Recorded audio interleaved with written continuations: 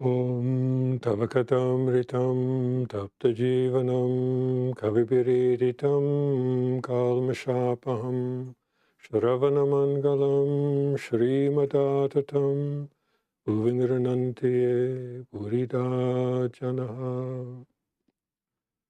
The nectar of your words, the praise of poet-seers, elixir to parched souls, delight to listening ears. Cleanser of all sins is great and glorious. They who spread it wide, far and wide on earth are most generous.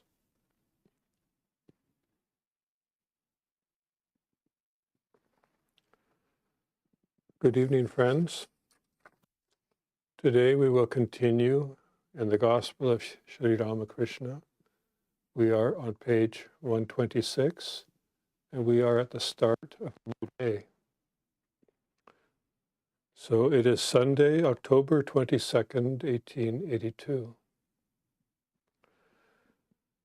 It was the day of Viya, the last day of the celebration of the worship of Durga, when the clay image is immersed in the water of a lake or river.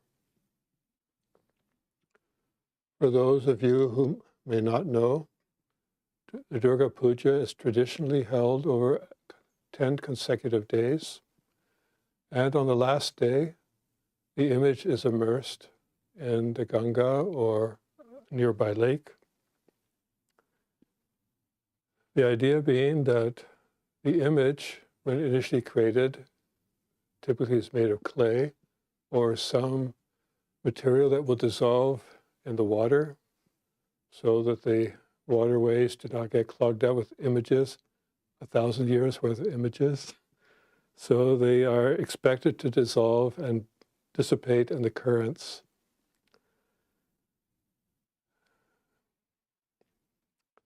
And typically on this day, it's a representation of the deity going back to her own abode.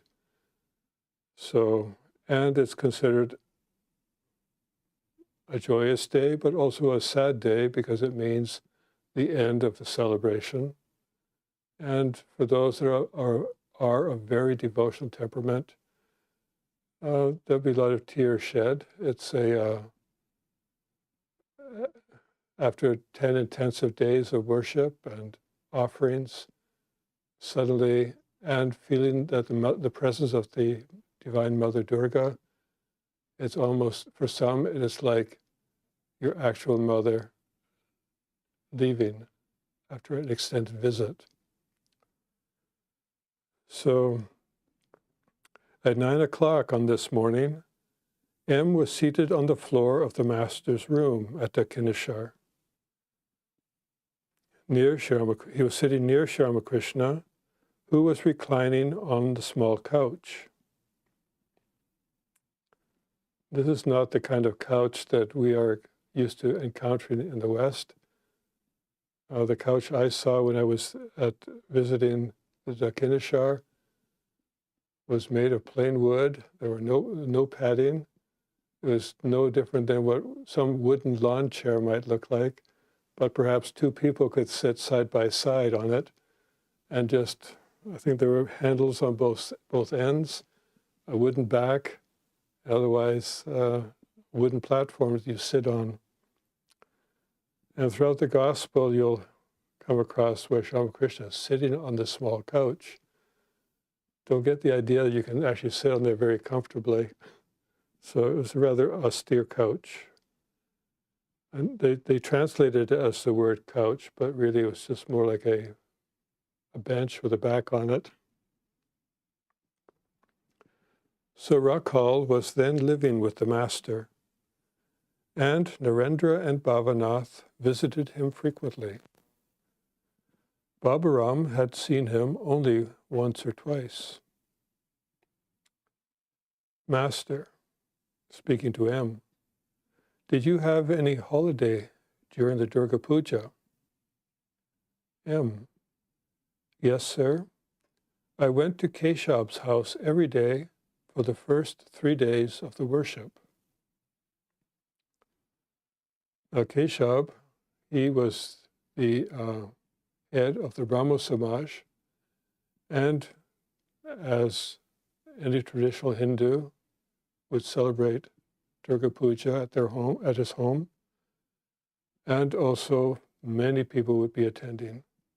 In fact, you can't really have any puja in any home that you would consider a private puja, because any passerby seeing activity there is invited, will feel invited, whether or not they are, but they will just come into your home or on your premises and participate in any worship.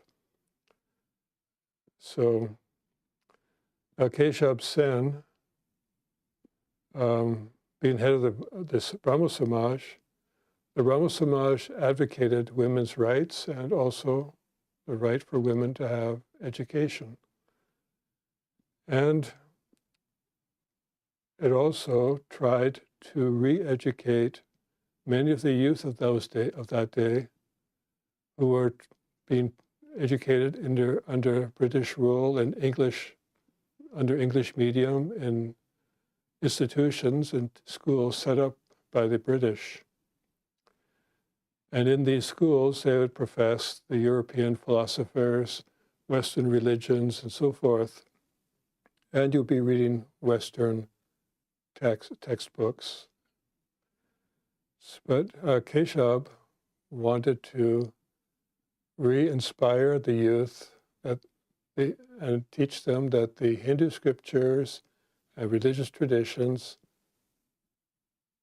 have existed longer than the Western traditions and are there, and in many ways re-inspire them to accept the Hindu faith and the Hindu philosophies as even being superior to Western philosophies. So, and amongst many of his followers were many young men that eventually found their way to Sri Ramakrishna. Keshab himself being, in many ways, he would consider himself a disciple of Sri Ramakrishna. Sri Ramakrishna believed in the harmony of all faiths, and in many ways their ideas were parallel and meshed. So both felt very comfortable and were happy to be in each other's presence. So M was a teacher in one of the schools, but he was a teacher in a school run under the Hindu tradition. And many of his students, being young men, were part of the Brahmo Samaj. And earlier we mentioned Narendra, Bhavanath, and Babaram. They were regular visitors to Sri Ramakrishna, among others, but they also frequented Sri Ramakrishna. So M had participated in the worship for the first 3 days. And the master is curious. He says, "Is that so?" M, I heard there a very interesting interpretation of the Durga Puja. The master is curious. He says, "Please tell me all about it." M, Keshab Sen held daily morning prayers in his house, lasting till 10 or 11. That would be 10 or 11 a.m.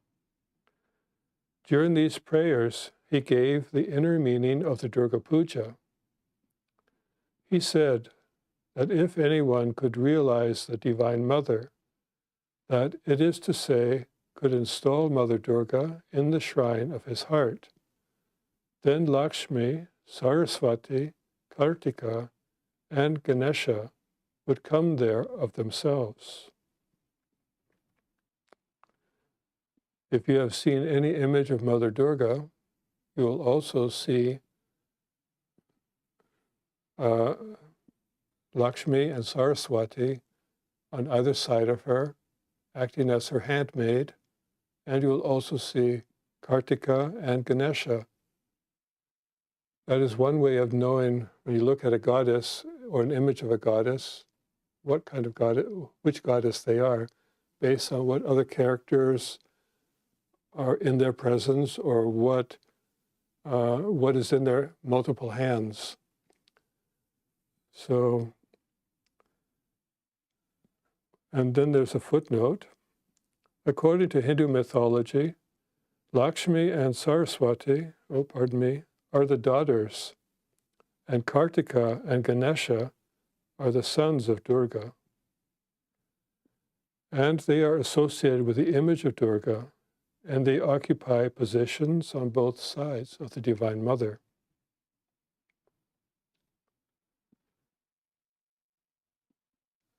So part of Keshav's interpretation, he said that if anyone could realize the Divine Mother, that is to say, could install Mother Durga in the shrine of his heart, so in other words, through devoted worship, as I mentioned earlier, feeling the Mother is present with you all the time, can bring one to tears and also joy. Well, tears of joy, tears of happiness, tears of sadness, perhaps, when Mother is being immersed. So if the Divine Mother Durga can be installed in the shrine of your heart, then Lakshmi, Saraswati, Kartika, and Ganesha would come there of themselves. Then he further says, Lakshmi means wealth, Saraswati, knowledge, Kartika, strength, and Ganesha, success. By realizing the Divine Mother within one's heart, one gets all these without any effort whatever.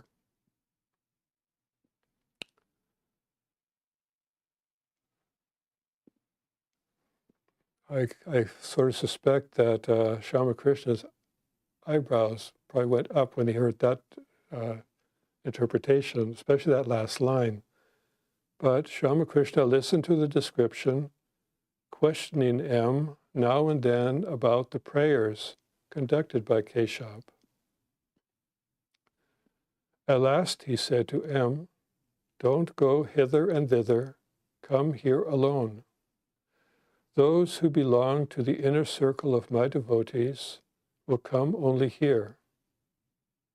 Boys like Narendra, Bhavanath, and Rakal are my very intimate disciples."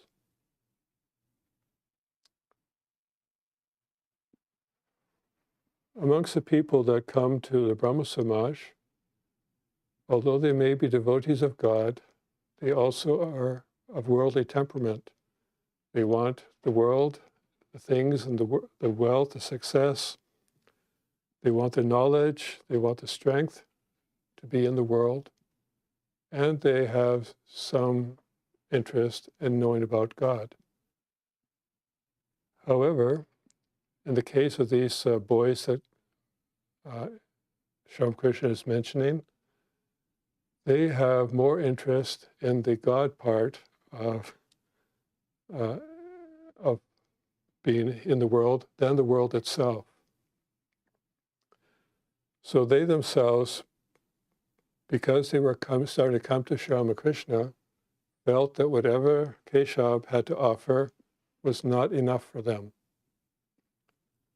Just being in the world and wanting all these wealth and success and knowledge and so forth, that was not what their interest was. They felt there was something more.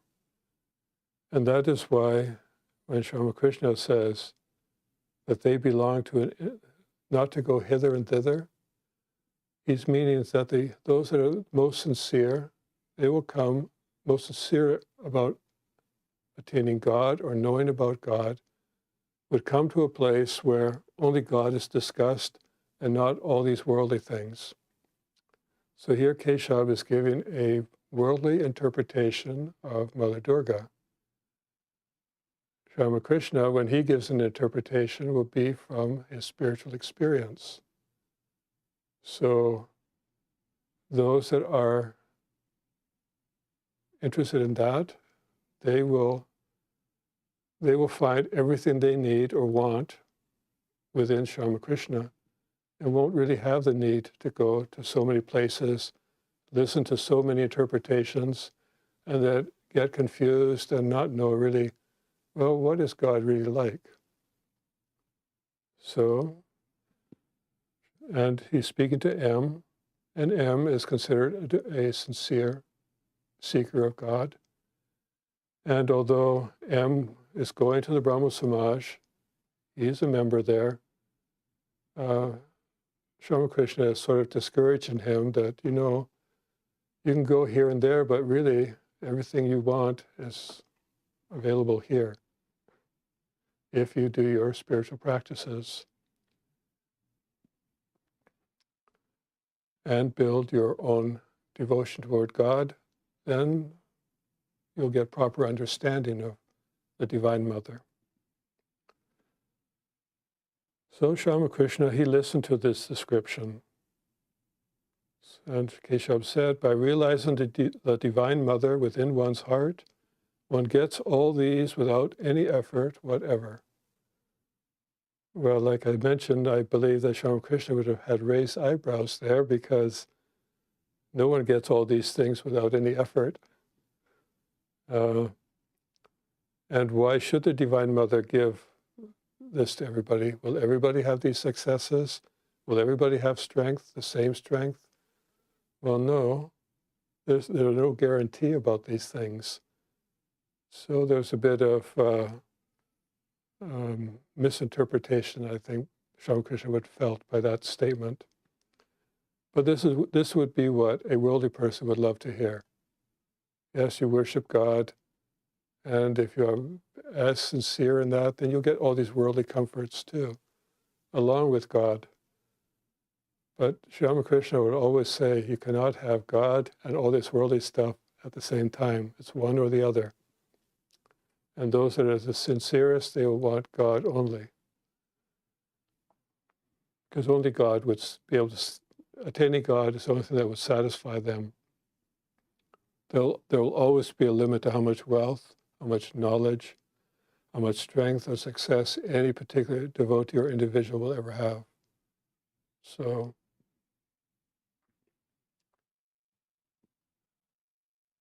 Ramakrishna says, the boys like Narendra, Bhavanath, and Rakal are my very intimate disciples. Because they find everything they want, they find in Ramakrishna. So they are not to be thought lightly of. Feed them one day. So it's considered a meritorious act to feed a holy man. Well, why? Well, in the case of a holy man, all they want to think about day and night is God. They don't want to think about worldly things. Their mind is on God. And so when you try to offer something to a real holy man, he would be too humble to be able to accept anything for himself. Anything that you put before him, he would immediately offer toward God. And so it's considered a meritorious act because you are actually, whatever you're offering is basically going directly toward God, but through this human being.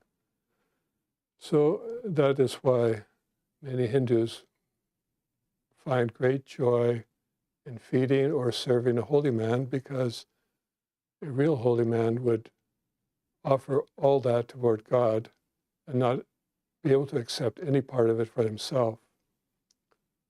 And so the giver would feel blessed that they are actually offered it toward God. And then the master asks him, what do you think of Narendra? M. I think very highly of him, sir. Master. Haven't you observed his many virtues? He is not only well versed in music, vocal and instrumental, but he is also very learned. Besides, he has controlled his passions and declares he will lead a celibate life. He has been devoted to God since his very boyhood.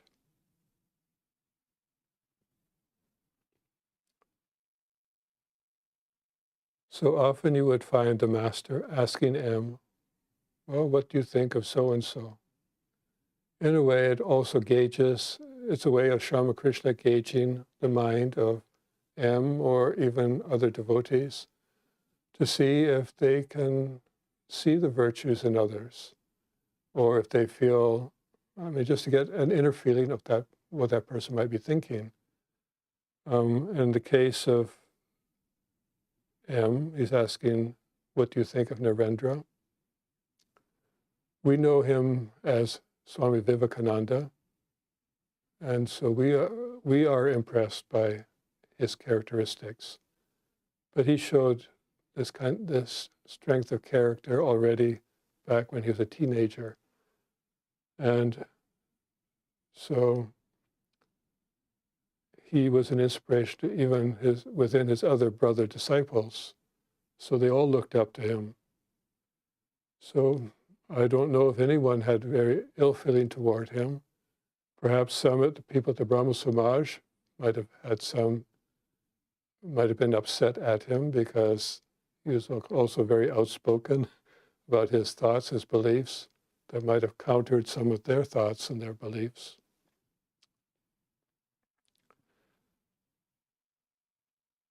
So now Sri Ramakrishna is changing the subject. He says, he asks him, how are you getting along with your meditation nowadays? What aspect of God appeals to your mind, with form or without form?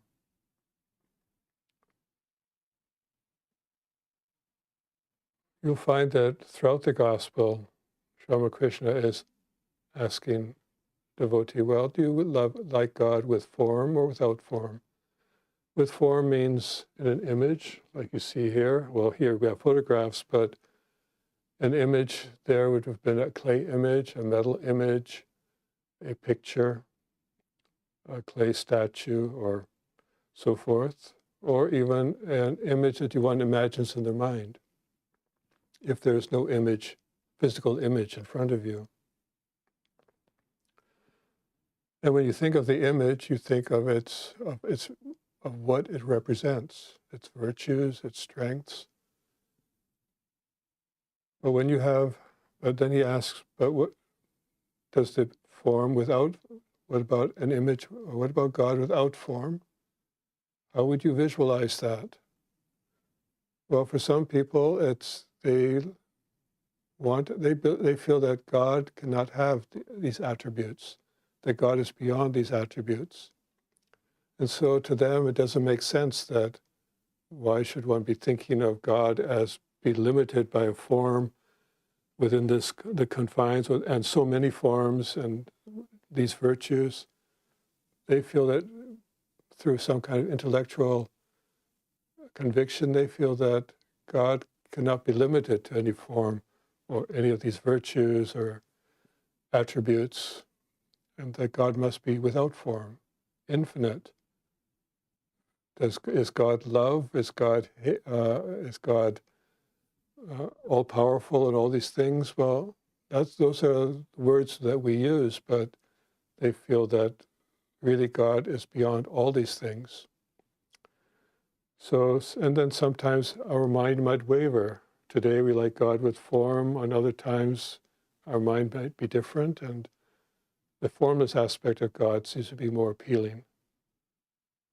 And this will, as we progress in our spiritual life, one or the other may be more dominant than the other. So Sri Ramakrishna is asking M, how is his meditation nowadays? What aspect of God appeals to your mind, with form or without form? So when M first approached Sri Ramakrishna, he was more interested in God without form.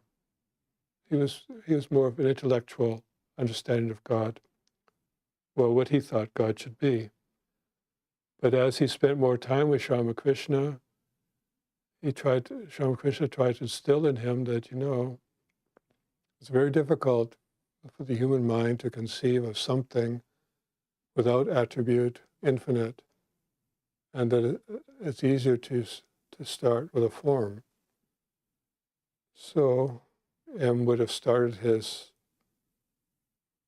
started in those days, well, okay, start with form.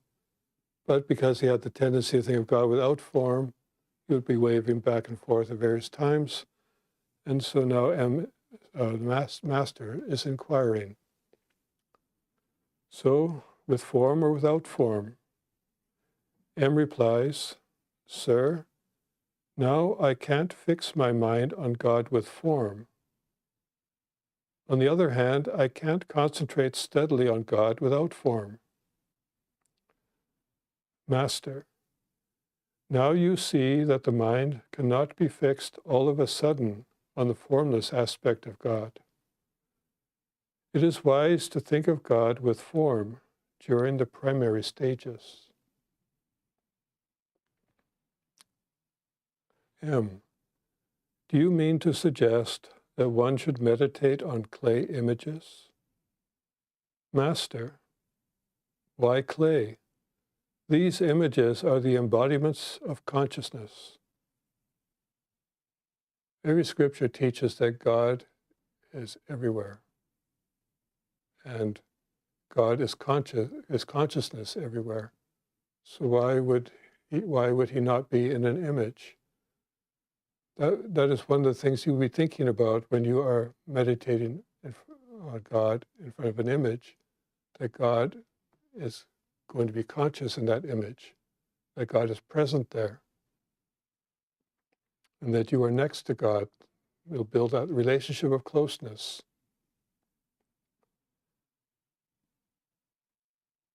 Master, so why clay? These images are the embodiments of consciousness. M. Even so, one must think of hands, feet, and the other parts of the body. But again, I realize that the mind cannot be concentrated unless one meditates in the beginning on God with form. You have told me so. Well, God can easily assume different forms. May one meditate on the form of one's own mother.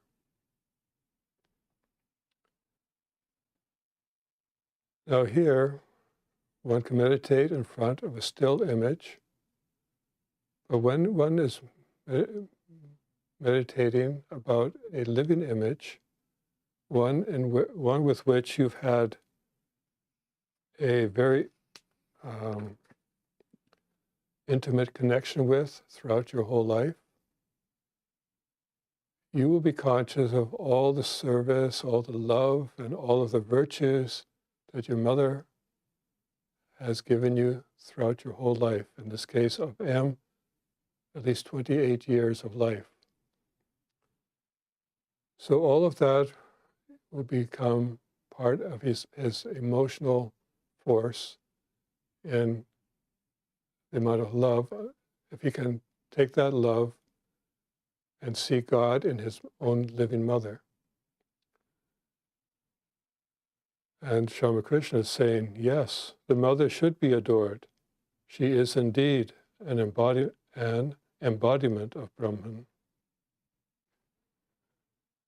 In many ways, if one has that kind of love and relationship with their mother, it will be actually very easy to worship God as one's mother. But what if one does not have that kind of relationship with their living mother? Well, that's where the image, a still image, becomes the replacement. So one sees all the virtues of Mother Durga, but if one can see that within their own living mother, all the more power to them.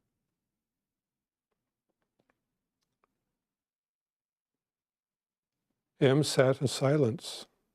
After a few minutes, he asked the Master, what does one feel while thinking of God without form? Isn't it possible to describe it? After some reflection, the Master said, do you know what it is like? He remained silent a moment and then said a few words to M about one's experiences at the time of the vision of God, with and without form. Master, you see, one must practice spiritual discipline to understand this correctly. Suppose there are treasures in a room. If you want to see them and lay hold of them, you must take the trouble to get the key and unlock the door. After that, you must take the treasures out. But suppose the room is locked, and standing outside the door, you say to yourself, "Here, I have opened the door. Now I have broken the lock of the chest. Now I have taken out the treasure." These are all thoughts, but not actual actions. So such brooding near the door will not enable you to achieve anything. We can have all kinds of good intentions, but if we don't put them into action, nothing will happen. So Sri Ramakrishna then reinforces, you must practice discipline. You must practice spiritual disciplines. So you have to put in the effort. You can't just say to God, oh, I want this, I want that. Or think that a little meditation here, a little reading here, a little selfless service there will be enough. You have to go into it wholeheartedly. And that's what the young men that come to Sri Ramakrishna, that's what they wanted to hear. They didn't want to hear that, oh, you pray to God and He's going to give you everything. No, you pray to God and you practice spiritual discipline. And then maybe God, by His grace, will give you something. So I will conclude there with a chant. Om Niranjanam Nityam Anantarupam Bhaktanukampa Dritavigraham Vai Ishavataram Paramesamityam Tvam Ramakrishnam Shirasa Namamaha. We salute that Ramakrishna who is without blemish, eternal and infinite in forms, who has assumed human form out of compassion for the devotees, who is God incarnate, the Supreme Lord, and who is most worshipful. Om, peace, peace, peace to all beings.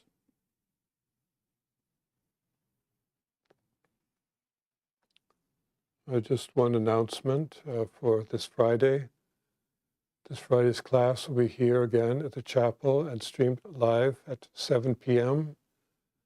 We have concluded Girish Ghosh and we'll start afresh with Nag Mahashai. And at the moment it looks like we might be talking about a 3-part series. So thank you very much for attending and we'll see you next Wednesday.